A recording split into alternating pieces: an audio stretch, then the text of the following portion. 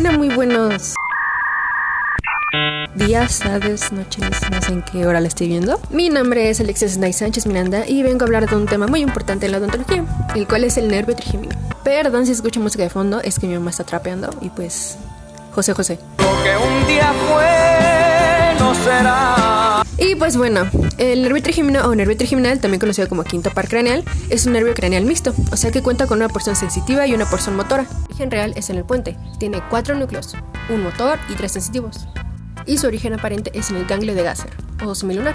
El núcleo motor está profundamente situado en la protuberancia. De los núcleos sensitivos, el núcleo mesencéfalico consiste en una delgada columna de neuronas sensitivas primarias. Sus prolongaciones periféricas que viajan con los nervios motores transmiten información propioceptiva desde los músculos de la masticación. Sus prolongaciones centrales se proyectan principalmente a su núcleo motor, o sea el núcleo masticatorio, para encargarse del control del reflejo de la mordedura. El otro núcleo sensitivo es el núcleo sensitivo principal, situado en la protuberancia. Y el último núcleo sensitivo es el núcleo trigeminoespinal, situado en el bulbo. El nervio trigémino, tal y como su nombre lo indica, es trigeminus, del latino tres mellizos. En este caso no quiere decir que sean 3 hermanos, sino que son 3 ramas, las cuales se les conoce como rama oftálmica, rama maxilar y rama mandibular, o también V1, V2, V3.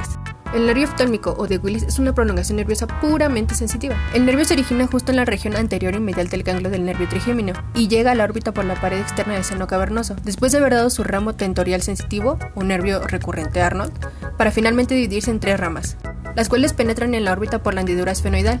Estas ramas son los nervios nasociliar, frontal y lacrimal. El nervio nasociliar, o antes llamado nervio nasal, es el mayor y más interno de los 3. Atraviesa la hendidura esfenoidal para luego penetrar en el anillo de Zinn, en su parte interna. Gana la pared interna de la órbita dirigiéndose hacia adelante entre los músculos recto medial y el oblicuo superior hasta el foramen etmoidal anterior, donde se divide en sus ramas terminales. Tiene 3 ramas colaterales principales. La primera es la raíz sensitiva del ganglio ciliar.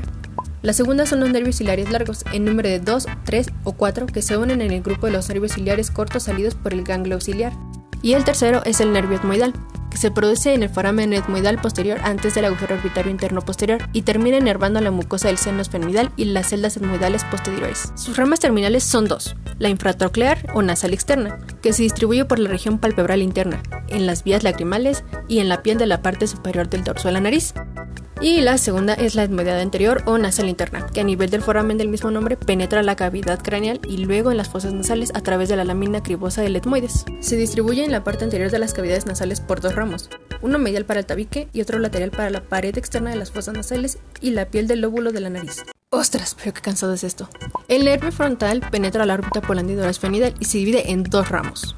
El ramo frontal externo, que se distribuye por la región frontal, el párpado superior y el seno frontal, y el ramo frontal interno, que se distribuye por la pared interna de la región frontal, del párpado superior y de la nariz.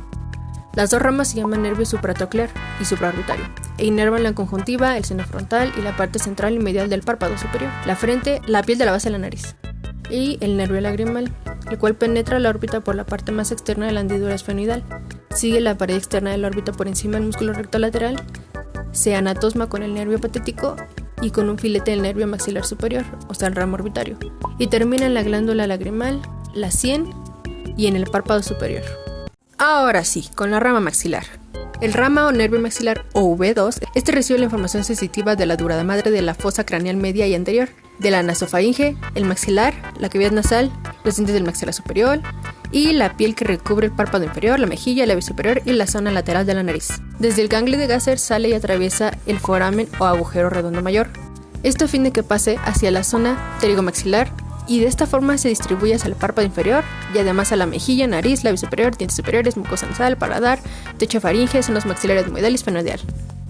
De la zona o fosa pterigopalatina cruza en dirección anterior para luego penetrar en la órbita por la fisura orbitaria inferior y salir por el surco y foramen infraorbitario, llamándose ahora nervio infraorbitario. Y el camino por la fosa pterigopalatina emite 2 ramas para el ganglio pterigopalatino. Además, fibras parasimpáticas de ese ganglio más fibras simpáticas del plexo carioideo se unen a las ramas del nervio maxilar en esta fosa para abandonarla juntas como ramas orbitarias, palatinas, nasales y faríngeas. Y la parte más pesada para mí empieza. El nervio maxilar tiene 6 ramas colaterales. El ramo meningio medio nace en el trayecto intracraneal del nervio antes de salir por el redondo mayor y sigue luego a la arteria meningia media por las meninges de las fosas esfenoidales, para inervar a la dura madre craneal. El ramo orbitario nace en la fosa pterigopalatina penetra en la órbita por su fisura orbitaria inferior en hendidura esfenomaxilar y se divide en dos ramos. Uno, llamado ramo lacrimopaperoral, que se dirige adelante destinado a inervar la glándula lacrimal posiblemente de un filete que inerva al párpado superior. Y el otro, llamado ramo cigomático. Este último se divide en dos ramos. Cigomático facial, sale por el agujero del mismo nombre y da inervación sensitiva a los pómulos de la cara, y cigomático temporal, que sale por el agujero del mismo nombre y da inervación sensitiva a las fibras verticales del músculo temporal. Ramas alveolares posteriores superiores. Nacen en la fosa pterygomaxilar, son 2 o 3, y van a perforar la tuberosidad del maxilar por sus agujeros dentarios posteriores para entregar la inervación a molares superiores, ingresando a ellos por los respectivos ápices radiculares, con excepción de la raíz mesiovestibular del primer molar superior. Rama alveolar anterosuperior. Nace al interior del canal infraorbitario y tras recorrer la mucosa sinusal va a entregar inervación a caninos e incisivos superiores. Puede confundirse con la línea media de las ramas alveolares anterosuperiores del lado contralateral y eventualmente generar inervación cruzada en incisivos centrales. Rama alveolar superior media. Es inconstante, aporta inervación para los premolares superiores y la raíz mesiovestibular del primer molar superior. Ganglio esfenopalatino. Este nace a nivel de la fosa pterygomaxilar y se divide en 7 ramos. Nervio faríngeo de Buck, que atraviesa el conducto pterygopalatino para inervar el techo de la faringe, la trompa de Eustaquio y el seno esfenoidal. Nervio nasal superior e inferior. Pasan por la hendidura esfenopalatina y se distribuyen hacia las celdas etmoidales. Nervio palatino anterior. Se dirige a través del vértice en la fosa pterygomaxilar y se introduce en el conducto palatino posterior y se distribuye a la mucosa palatina de molares, premolares, por el velo del paladar. Nervio palatino medio, que se introduce en los conductos palatinos accesorios para inervar la mucosa palatina del tercer molar superior y la mucosa de la mitad anterior del velo del paladar, paladar blando, úvula o campanilla. Nervio palatino posterior, que se introduce en los conductos palatinos accesorios para inervar la mucosa de la mitad posterior del velo del paladar, paladar blando, úvula o campanilla. Estos dos prácticamente salen del mismo lugar y van hacia el mismo lugar, a excepción del tercer molar. Nervio esfenopalatino externo. Este se distribuye por la mucosa de los cornetes medio y superior. Nervio esfenopalatino interno. Este recorre diagonalmente el tabique nasal o hueso Böhmer.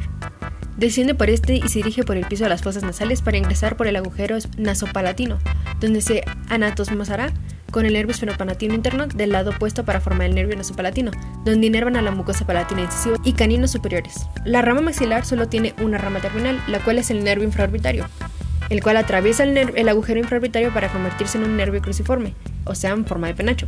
E inerva la piel de la nariz, labio superior y mucosa, encía vestibular del canino superior hasta la línea mesial, región cigomática, o sea, pómulo, y el párpado inferior. Y empezamos con el nervio mandibular, o V3 también llamado.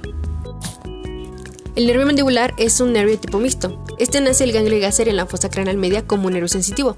Se dirige verticalmente hacia abajo hacia el agujero oval, por el que ingresa hacia la fosa cigomática. Durante su paso por ese agujero, la raíz motora del trigémino se funde a él, convirtiéndolo así en un nervio mixto. Algo que se me estaba pasando era que su función sensitiva pasa a inervar dientes, órbita, cavidad oral y nasal. Y en cuanto a la motora, inerva músculos masticadores, vientre anterior del digástrico, miloioideo y articulación temporomandibular. La rama mandibular se divide en dos.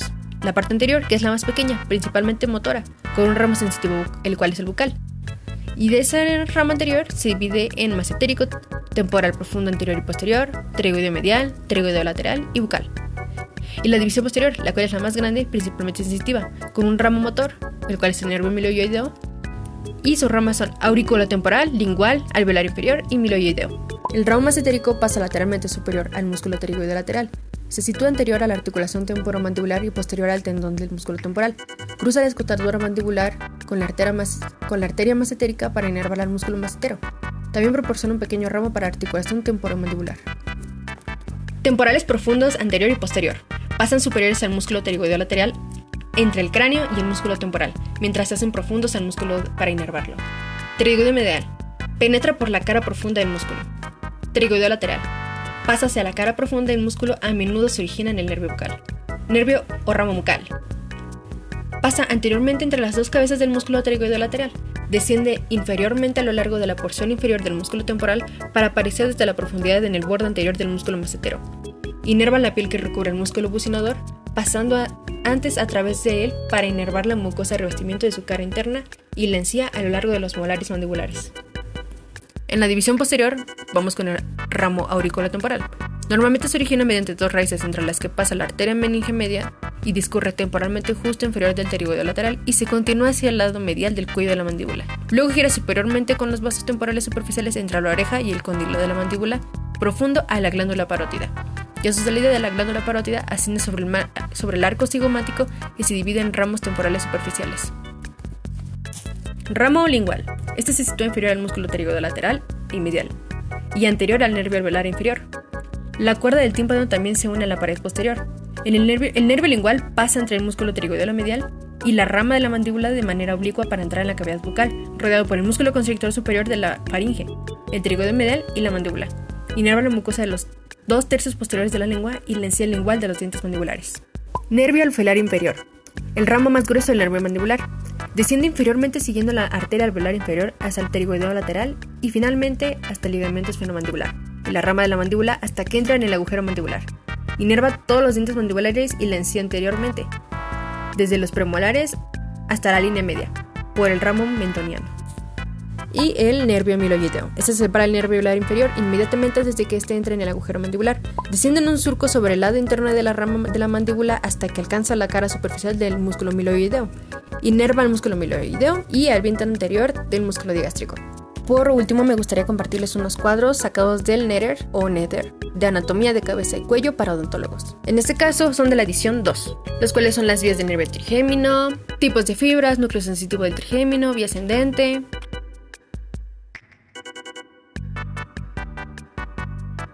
principales vías ascendentes del nervio trigémino,